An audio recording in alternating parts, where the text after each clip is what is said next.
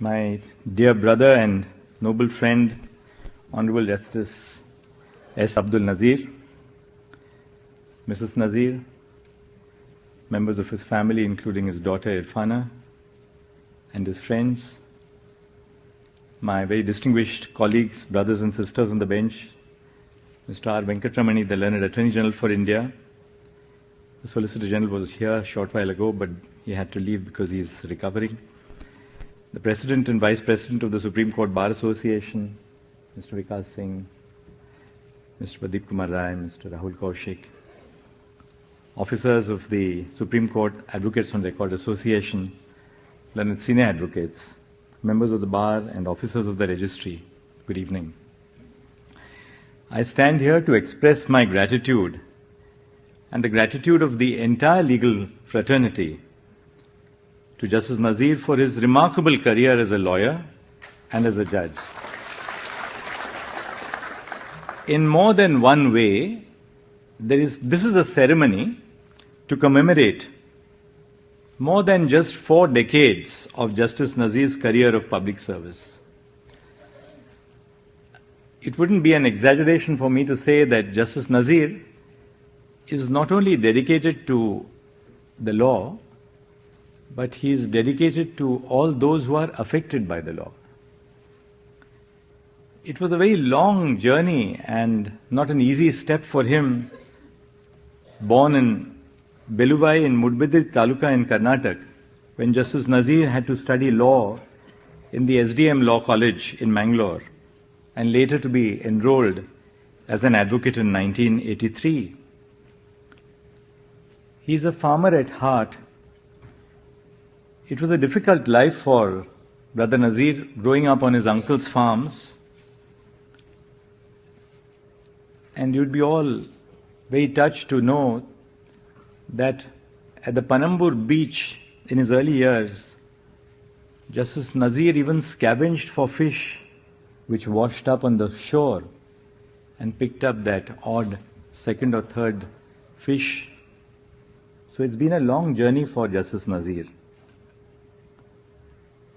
After enrolling, he practiced for 20 years in the Karnataka High Court before he was appointed as an additional judge in May 2003 and served for 14 very illustrious years as a judge of the Karnataka High Court before he came to the Supreme Court in 2017. Justice Nazir once told me that he was worried about his future prospects after his graduation from Law College in the 1980s. Growing up in very humble circumstances, Justice Nazir had to overcome many social and economic obstacles to make a mark for himself in the legal circles in Karnataka. He often attributes his success to the sacrifices which were made by his mother. Justice Nazir, it is a testament to your grit, determination and courage that today you are taking leave as a judge of the highest court of the land. To rephrase a popular adage, Justice Nazir has been here and he has done everything that a judge of the Supreme Court aspires to achieve. When he was elevated to the Supreme Court, Justice Nazir brought with him the valuable experience of judicial craftsmanship that he had gained while serving as a judge of the Karnataka High Court. His wisdom and experience are manifested through the equanimity with which he conducted his court, patiently interacted with counsel, fairly considered the merits of each argument, and courteously worked with his colleagues on the bench to find a just resolution to the disputes before him. In the Karnataka High Court, he was known as a judge who has specialized in the Code of Civil Procedure. He wrote many a judgment on cross-examination without really having cross-examined a witness in his early years at the bar. During his tenure, Justice Nazir has been a part of many landmark cases of the Supreme Court. He was part of the 9-judge bench in Puttaswamy versus Union of India, which unanimously held that the right to privacy is a fundamental right. He was a part of numerous constitution benches in important matters, including the 5-judge bench pertaining to the Ayodhya title dispute and the constitutionality of the triple talaq. Recently, he also presided over the constitution benches dealing with the important issues of the validity of demonetization and the right to free speech of ministers, MPs, and MLAs. Justice Nazir has also contributed immensely to the jurisprudence in various other fields of law, such as administrative law, insurance, family law, land law, environmental law, and motor accident claims. His tenure as a judge of the Supreme Court shows that he was a leader, not only in his knowledge of the law, but also as a colleague who offered support and encouragement to others. Justice Nazir has always put the people at the center of his judicial philosophy. For example, I'll just give you two examples. In Vinayak House Building Cooperative versus the State of Karnataka in 2019, Justice Nazir, in an erudite judgment, observed that well-planned cities are a necessity for the health and well-being of the community. Similarly, in the case of Hospitality Association of Mudumalai, in 2020, Justice Nazir presciently observed the need to protect wildlife corridors as a way to ensure the survival of wildlife and the mitigation of the human-animal conflict. These two decisions are but an example of what a judge should always do. That is, to not only interpret a legal provision and lay down a rule, but to do substantive justice.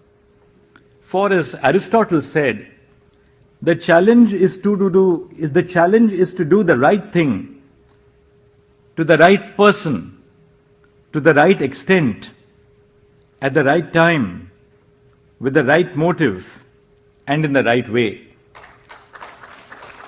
I believe that throughout his career, Justice Nazir deftly overcame this challenge.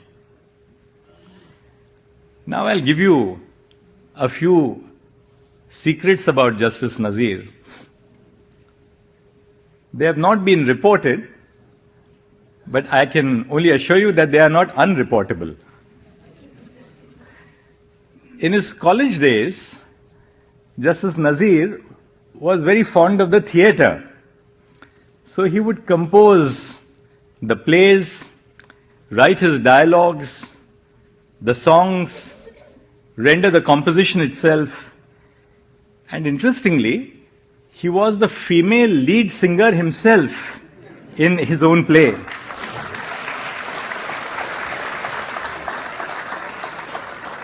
Even when he became a judge, he would join with his colleagues in an act of co-curricular singing.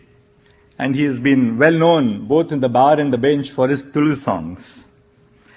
In one notable scene from a play which has been written and composed and directed by him, the very famous scene called the matchbox scene, which is that the villain in the play, a strip of the matchbox is stuck on the bald pate of the villain. And then Justice Nazir comes and lights a matchstick on his bald pate. Such was his creativity. Justice Nazir has learned Sanskrit, which shows his diversity and inclusion and openness of mind. He is simple to the core. Until recently, his only two identity cards were his driving license and the judge's ID. He acquired a passport for the first time in 2019, and in a recent visit over a cup of tea to my chamber, he told me that he was happy that he was able to obtain the first stamp of having traveled abroad by having traveled to Moscow a few weeks ago. It is known to some of us who are close to Justice Nazir that he writes a lot. He maintains a judge's diary in which, on the first few pages, he has inspiring quotes. So wherever he reads something interesting, he will write it down in the first few pages of his judge's diary. And he's a subscriber of the WhatsApp University. But he's truly simple to the core. It was only recently that Justice Nazir learned from his grandchild that magnets can also be toys. In so many which ways, he is simplicity personified. His father-in-law discovered him way back in 1983. after he joined the bar and he actually came to Bangalore to be enrolled, he came to the High Court not knowing anyone at all. And he met somebody who was on a motorcycle with a beard and thought that he should go to that person and ask him for being recommended as a member of the Bar Council. So he turned to him and said, Khuda Hafiz. That person signed his enrollment form. Later, his brother funded his trip to Bangalore, his court, his enrollment fees. What is most interesting about all this is something which I hope Mrs. Samira Nazir will forgive me for sharing, which was the Swayamvar, which led to the beautiful union of such a gracious judge and his gracious spouse. Having got to know his father-in-law had picked out Justice Nazir as a prospective son-in-law. Justice Nazir was traveling by bus somewhere, and his father-in-law was very keen that they must grab Justice Nazir at the right point of time.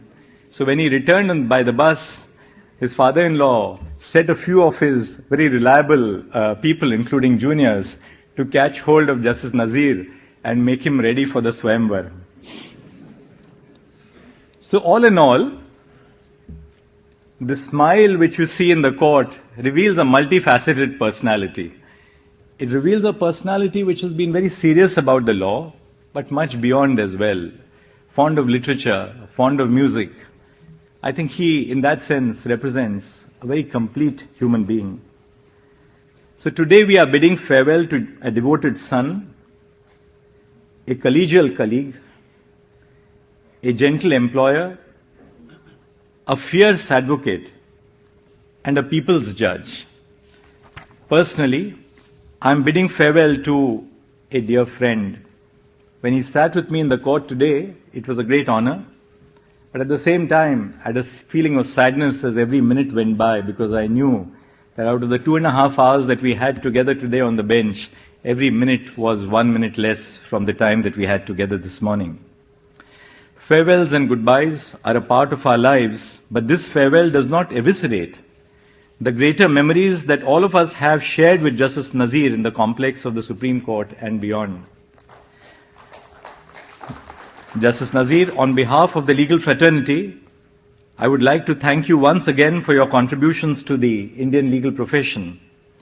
I hope you will still remain attached to the legal profession and continue to enrich it in varied capacities.